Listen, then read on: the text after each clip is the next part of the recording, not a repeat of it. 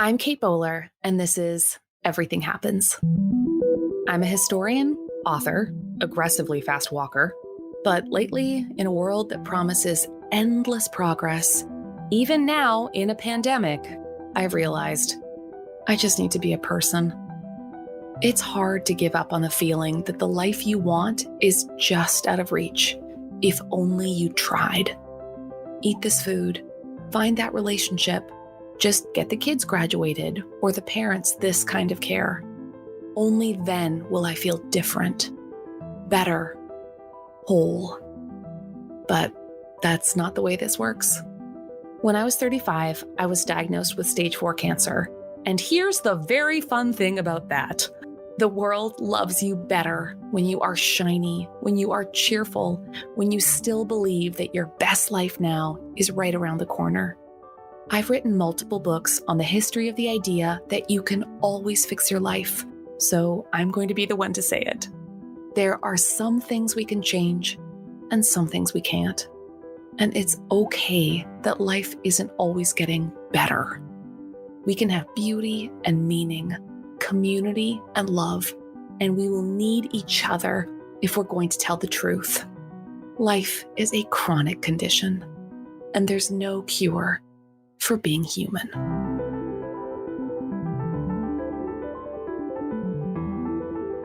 Hello, my dears. It's me, Kate. Hi. This is our final episode of season 6 of the Everything Happens podcast. And don't worry, our team just needs some naps and some vitamin D, and then we will be back in August for even more gorgeous conversations on the topics that you've all asked for. This podcast is one of my favorite things I get to do during the week. It is the culmination of late nights, crying over microphones with brand new friends, creating new language to help describe the ambiguous and limited spaces we live inside, reading and rereading your beautiful emails and comments and reviews.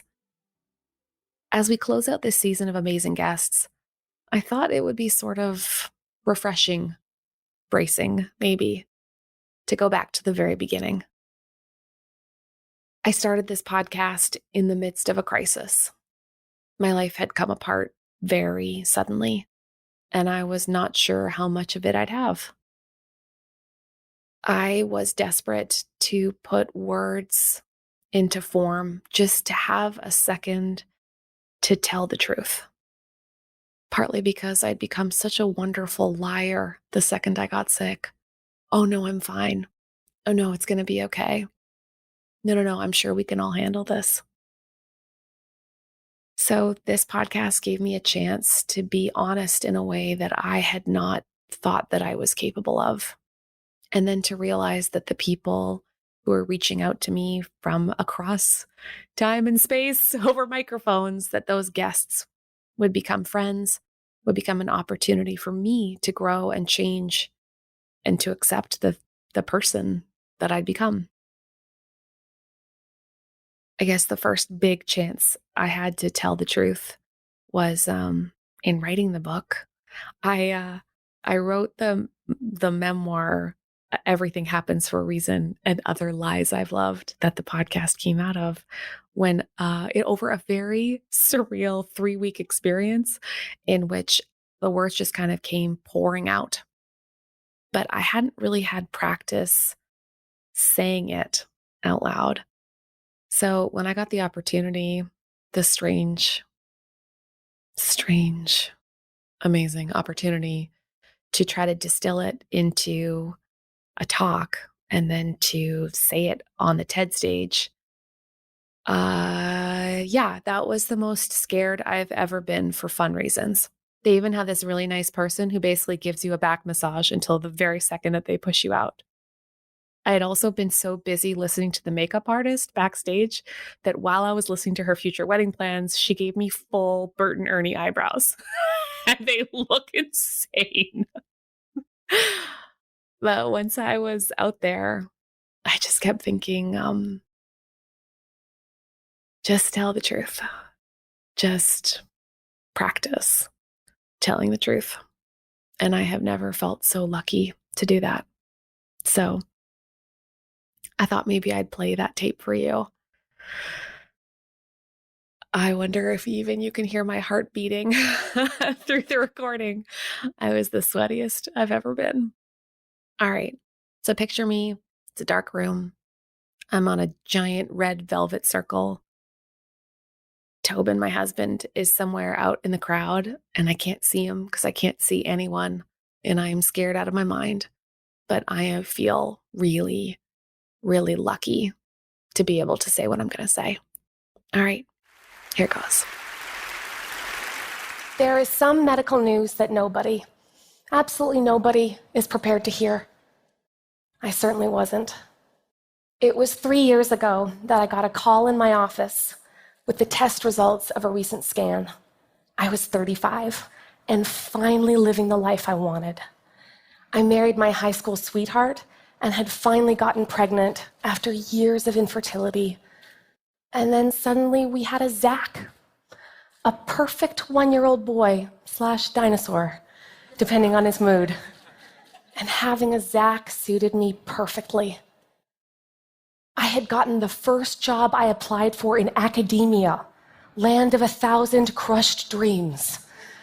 And there I was, working at my dream job with my little baby and the man I had imported from Canada.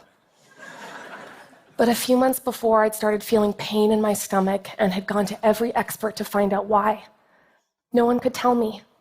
And then, out of the blue, some physician's assistant called me at work to tell me that I had stage 4 cancer and that I was going to need to come to the hospital right away. And all I could think of to say was, but I have a son. I can't end. This world can't end. It has just begun. And then I called my husband and he rushed to find me and I said all the true things that I have known. I said, I have loved you forever. I have loved you forever. I am so sorry. Please take care of our son. And then as I began the walk to the hospital, it crossed my mind for the first time.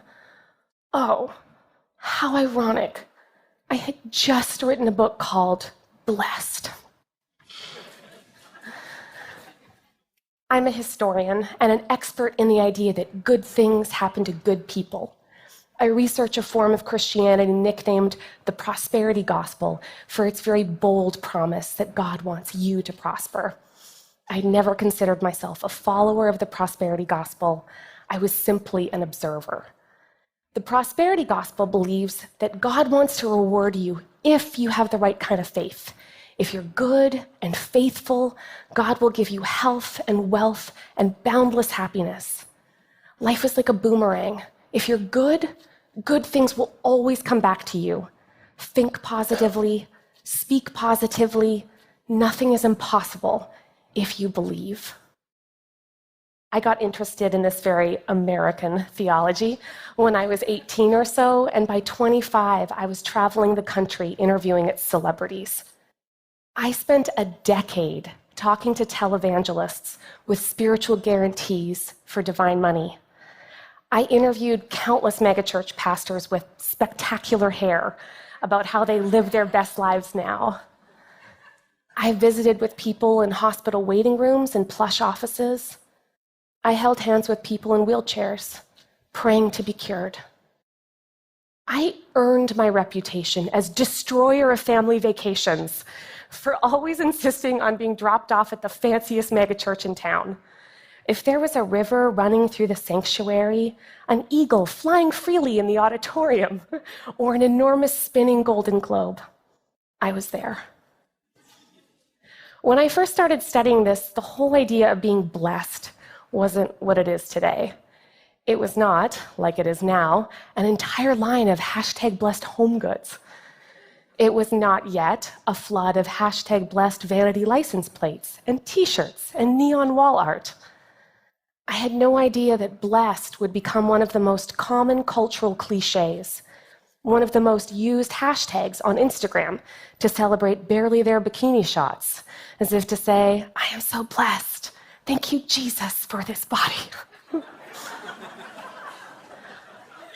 I had not yet fully grasped the way that the prosperity gospel had become the great civil religion. offering another transcendent account of the core of the American dream. Rather than worshiping the founding of America itself, the prosperity gospel worshiped Americans. It deifies and ritualizes their hungers, their hard work, and moral fiber. Americans believe in a gospel of optimism, and they are their own proof. But despite telling myself, I'm just studying this stuff, I'm nothing like them, when I got my diagnosis, I suddenly understood how deeply invested I was in my own Horatio Alger theology. If you live in this culture, whether you are religious or not, it is extremely difficult to avoid falling into the trap of believing that virtue and success go hand in hand.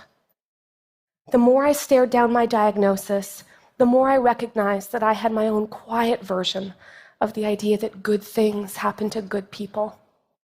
Aren't I good? Aren't I special somehow? I have committed 0 homicides to date.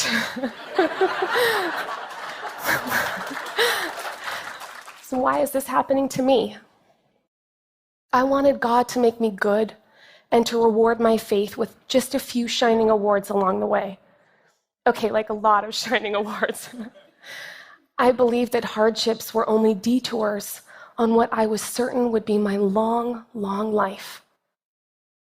As is the case with many of us, it's a mindset that served me well.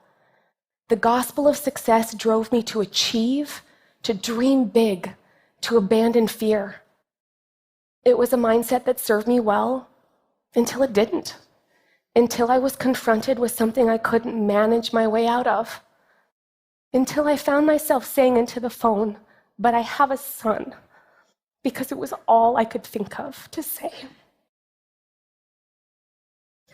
That was the most difficult moment to accept. The phone call, the walk to the hospital, when I realized that my own personal prosperity gospel had failed me.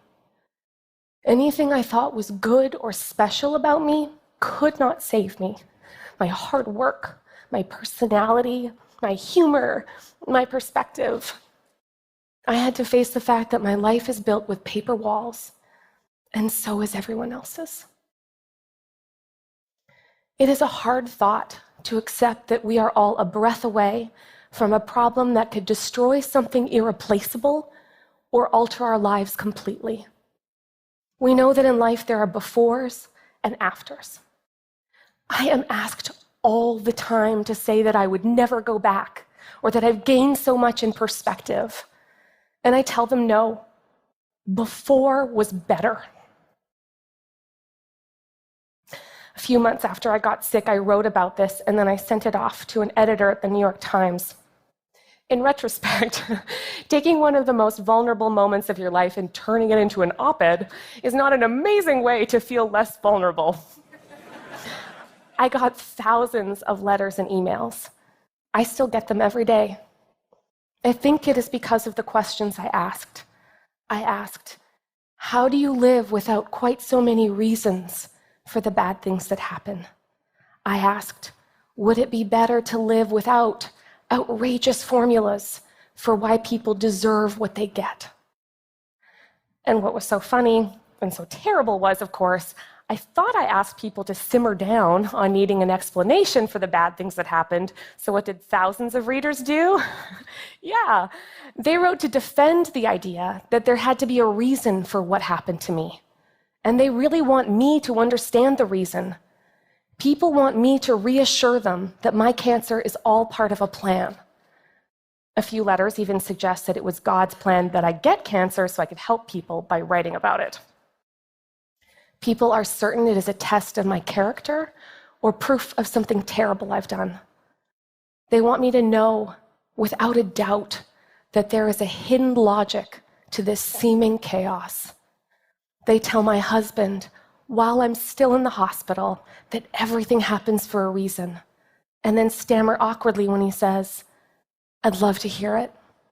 I'd love to hear the reason my wife is dying." And I get it. We all want reasons. We want formulas to predict whether our hard work will pay off whether our love and support will always make our partners happy and our kids love us. We want to live in a world in which not 1 ounce of our hard work or our pain or our deepest hopes will be for nothing. We want to live in a world in which nothing is lost. But what I have learned in living with stage 4 cancer is that there is no easy correlation between how hard I try and the length of my life. In the last 3 years, I've experienced more pain and trauma than I ever thought I could survive. I realized the other day that I've had so many abdominal surgeries that I'm on my 5th belly button, and this last one is my least favorite. But at the same time, I've experienced love, so much love I find hard to explain. The other day, I was reading the findings of the Near-Death Experience Research Foundation, and yes, there is such a thing. People were interviewed about their brushes with death in all kinds of circumstances: car accidents, labor and delivery, suicides, and many reported the same odd thing: love. I'm sure I would have ignored it if it hadn't reminded me of something I'd experienced, something I felt uncomfortable telling anyone.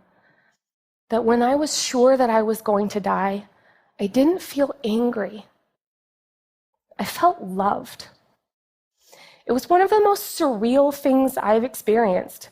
In a time in which I should have felt abandoned by God, I was not reduced to ashes. I felt like I was floating on the love and prayers of all those who hummed around me like worker bees, bringing me notes and socks and flowers and quilts embroidered with words of encouragement. But when they sat beside me, my hand in their hands, my own suffering began to feel like it had revealed to me the suffering of others. I was entering a world of people just like me, people stumbling around in the debris of dreams they thought they were entitled to and plans they didn't realize they had made. It was a feeling of being more connected somehow with other people experiencing the same situation. And that feeling stayed with me for months. In fact, I'd grown so accustomed to it that I started to panic at the prospect of losing it. So I began to ask friends, theologians, historians, nuns I liked, what am I going to do when that loving feeling is gone? And they knew exactly what I was talking about because they'd either experienced it themselves or they'd read about it in great works of Christian theology. And they said, yeah, it'll go. The feelings will go. And there will be no formula for how to get it back. But they offered me this little piece of reassurance, and I clung to it. They said, when the feelings recede like the tides, they will leave an imprint. And they do. And it is not proof of anything. And it is nothing to boast about. It was just a gift. So I can't respond to the thousands of emails I get with my own 5-step plan to divine health and magical floating feelings. I see that the world is jolted by events that are wonderful and terrible, gorgeous and tragic. I can't reconcile the contradiction, except that I am beginning to believe that these opposites do not cancel each other out. Life is so beautiful. And life is so hard. Today, I am doing quite well. The immunotherapy drugs appear to be working, and we are watching and waiting with scans. I hope I will live a long time. I hope I will live long enough to embarrass my son and to watch my husband lose his beautiful hair. And I think I might. But I am learning to live and to love without counting the cost, without reasons and assurances that nothing will be lost. Life will break your heart, and life may take everything you have and everything you hope for. But there is one kind of prosperity gospel that I believe in. I believe that in the darkness, even there will be beauty and there will be love. And every now and then, it will feel like more than enough. Thank you.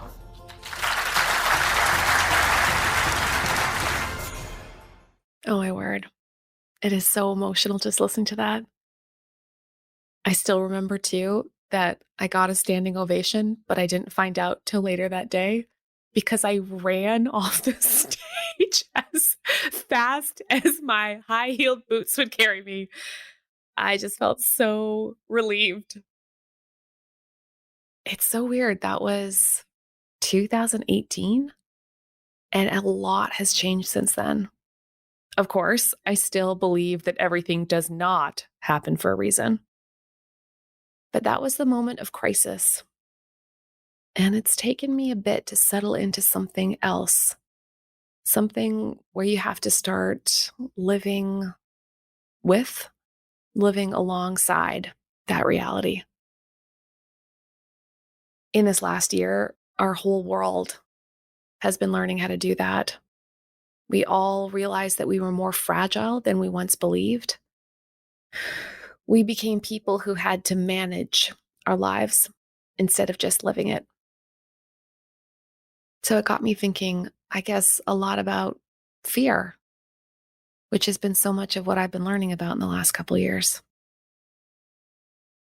I was recently sitting in my psychologist's office, and he specializes in behavioral therapy, which was wonderful because I wasn't sure how to behave anymore. It had been a few years since I wrote that memoir as a love letter to my family, a lasting gift to my young son, I hoped. Words he could remember me after I was gone. I wanted to try to explain what it was like, try and explain and maybe fail, to talk about what it was like to live in a culture that believes that everything happens for a reason. And facing down death and then the endless chronic nature of cancer, that I could no longer believe that the universe doles out what you deserve. But then, to my wonderful surprise, I kept living. Immunotherapy drugs and surgeries continued to be effective. Cancer used to be a daily crisis of soaring highs and lows, but as the years went on, it became something different, something chronic. Some days, my doctors talk about my cancer like there's a narcoleptic murderer somewhere in my house who's not entirely sure whether to kill me or go back to sleep. Other days, cancer seems like an annoying neighbor who makes a lot of noise but probably won't come over again. Cancer could kill me or leave me alone. So, how afraid should I be? I asked my therapist. It's hard for me to know when to stop being afraid, I told him. I have no idea what's going to happen. Plus, being afraid helps keep me alive. I learned to read medical reports and doctors' expressions and clinical trial notifications. I learned to be extremely responsive in a complicated medical system because I was so afraid. It was wonderfully useful, he agrees. But you can't stay in this state of extreme vigilance. What would you do if I were afraid of heights? I wondered out loud. Well, he said, stroking his beard. He's one of those guys that seems to come from Arizona because there's nonstop tapestries on every wall. We might take you up on the roof and sit you there until you relax. It's called exposure therapy. What if you took me up on the roof and it caved in multiple times? I said too loudly. Well, it would take a lot longer. He laughed. Life is full of those surprises, both beautiful and tragic. But for those of us who've experienced the worst possible scenario, it feels like absolute lunacy to forget the downside risks. Gone is the ease that we used to feel when we heard questions like, "How are you?" Or the comfort that used to come from lovely assurances like, "This too shall pass." It probably won't.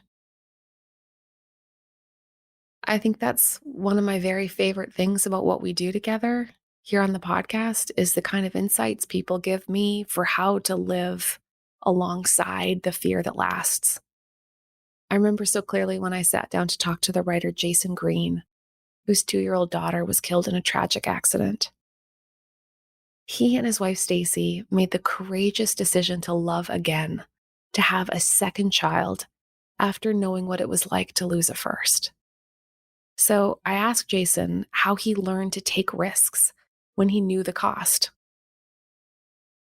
It's funny. There's so many guests that I've talked to who have done something like this. Lucy Kalanithi, who had a daughter with her husband knowing that her husband was dying. Laura McInerney, who did the same. These people who exhibit tremendous desires to love big, even when they know it's going to cost them. So I asked Jason, how'd you do it? How did you learn to take risks when you know the cost? The decision to have another kid, he said, was not a hard one. It felt soft. It was the realization that grief only proceeds out of love.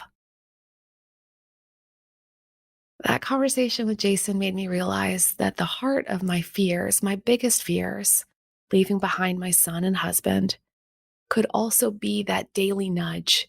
It could also be a reminder, asking me to stay as awake to my love as to my fear. To say, I know the world is full of things to fear, but love will make a path. We will learn to plod ahead, even though love itself makes us terrified that we can't be without each other. I know our culture has made it really difficult to talk about things, painful things, especially things that are chronic, meaning any kind of pain, emotional or physical, that abides, that lives with us constantly. And that sustaining myth of the American dream rests on a hearty can-do spirit. But as we know, not all problems can be overcome. So often we're defined by the things we live with rather than the things we conquer. Any persistent suffering, be it an illness or a broken relationship or a pandemic, requires being afraid. It's so funny. Whenever I say that like life itself requires that we be afraid, I always get so much intense blowback from the the intense mindfulness types, which I love. I love the mindfulness types. But as if all fear can be overcome. I don't think they can. I think that we have to hang our fears in the balance of our great loves and then act each day as if love will outweigh them all. Life is chronic. Fear will always be present. We can only make those brave, soft choices to find our way forward when there is no going back. Bless you, my dears, for being here with me, for listening along, for your gorgeous comments and reviews and notes. May we all keep finding new words, new friends, new ways to learn to tell the truth as we balance our fears with our loves and live here, being able to move on with a little more courage. See you next season. Your podcast and your Instagram posts and stories have been a grounding force this last year as we've struggled to deal with life after losing my father unexpectedly right before the pandemic. My mother has been an incredible force, and your words and wisdom have been our church when we haven't been able to gather. And even despite living across the country from each other, you have connected us in the podcast and the words and the stories and connections. And Jan Richardson's story specifically about how grief cracks us open and yet still there is stubborn hope has carried us through. Thank you. This podcast gave me so much hope the last year. I just completed my first year of medical school, and I have this terrible chronic illness that not many people know about and traditional medicine doesn't really recognize. So navigating brain fog and fatigue while trying to be a good student was really lonely. But your podcast gave me words to capture this feeling of grief that my life as a 23-year-old is not what I thought it would be. and to hope that there are other people who really get chronic illness, and that one day I can be a doctor who uses the same grace to acknowledge her patient's pain. Dear Kate, I know you're inundated with messages from your fans, but I want to share mine, like so many, as a way of saying thank you. This morning I woke up at 4 a.m. and I knew in the depths of my soul that my husband was going to have to take me to the ER, and I would be ruining our second attempt at a romantic weekend. The first was in November and I was also hospitalized. And as I lay there trying to accept my fate and all my feelings of guilt and sadness over ruining the event, I heard the audible voice of Kate Bowler in my head. And I know some people claim to hear the audible voice of the Lord, and maybe I did, and I hope so, because that means that God sounds like Kate. And Kate/the Lord said, "You are not the bad thing." And I knew I wasn't the bad thing. And I'm saying it as my mantra and remembering it. And I want to say thank you for your work on the podcast, because it has deeply mattered for my life and reminded me that I'm not the bad thing. This season of the Everything Happens podcast has been made possible by our generous partners, Lilly Endowment, the Duke Endowment, Duke Divinity School, and Faith in Leadership, an online learning resource. Thank you for believing in and resourcing our little community. A huge thank you to our small but mighty team that makes all the work at the Everything Happens project possible. Thank you to Jessica Ritchie, the love of my life and our executive producer, who reads everything, co-writes these gorgeous blessings, and is a complete work monster. I love you. Harriet Putman, our associate producer, who never drops a ball. Thank you, Harriet. Keith Weston, our sound editor, who makes sure that I have that beautiful NPR voice. And by that, I mean, thank you for taking up my weird breath sounds. Seriously, Keith. Jeb and Sammy, we cannot get enough of your pure hustle and enthusiasm. Mary Jo Clancy, thanks for always keeping everything on track. Gwen Hagenbotham, you make everything beautiful. AJ Walton, Dan Wells, and our Duke Divinity School interns, JJ Dickinson, Lana Stewart, and Kelly Dunlap. Thank you. This is Everything Happens with me, Kate Bowler. And one last thing before I go, we may be taking a little break from new podcast episodes, but you can still find me online at Kate C. Bowler or at katebowler.com. And of course, this is the fun thing I'm working on. I have a new book coming out at the end of September. It's called No Cure for Being Human, and it's all the things we talk about. So find it at nocurebook.com or wherever you buy books. I also have a really fun newsletter which has weekly blessings and downloads and really just dumb commentary about funny things and little gentle encouragements, if you're into that sort of thing. So find my newsletter at katebowler.com and let's be human together.